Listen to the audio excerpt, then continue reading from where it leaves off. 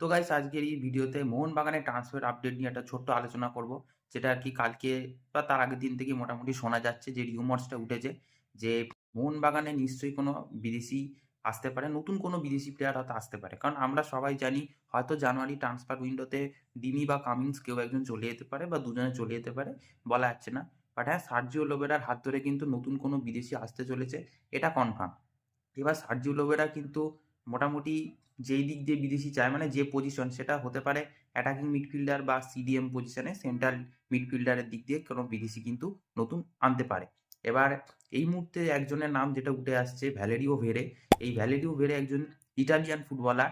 তো তিনি একসময় রোমার মতো একটা ক্লাবেও খেলে এসেছিলেন, তবে সেটা বহু বছর আগে ১১-১২ সালে। তো রোমার ক্লাবটা তোমরা জানো ইটালির একটা অন্যতম জনপ্রিয় একটা ক্লাব। তো এখন অনেক বছর আগে তিনি ১১-১২ সালে খেলেছিলেন, সেটা বাদ দিলাম। বাট তিনি ইন্টারন্যাশনালেও ইতালি আন্ডার 21 এও খেলেছিলেন লাস্ট। আর তিনি মেইনলি আরকি অ্যাটাকিং মিডফিল্ডার বা সিডিএম পজিশনেও ২ জায়গাতেই মোটামুটি খেলতে পারে। তো ইন্ডিয়ায় আসলে মানে আমাদের মোহনবাগান সুপার জায়ান্টে আসলে এরকম একজন বড় প্লেয়ার খারাপ হবে না। তবে হ্যাঁ, প্লেয়ারটির বয়স অনেকটাই, প্রায় ৩১ বছর মতো বয়স। তো এইজন্যে আমার একটু ডাউট লাগছে যে এত বয়স্ক প্লেয়ার আ জানি না কতটা আমাদের জন্য 100% দিতে পারবে। বাট আমি চাইছি সবসময় একটু ২৫-২৬ বছর বয়সের প্লেয়ার হলে একটু ভালো হয়। কারণ 31 এজটা অনেকটাই। তো সেই দিক দিয়ে ব্যাপারটা একটু ভেবে দেখা উচিত ম্যানেজমেন্টের এই প্লেয়ারের পিছনে। বাট হ্যাঁ, এটা এতটাও সিওর নয়। 100% বা 70% কোনো সিওরিটি নেই।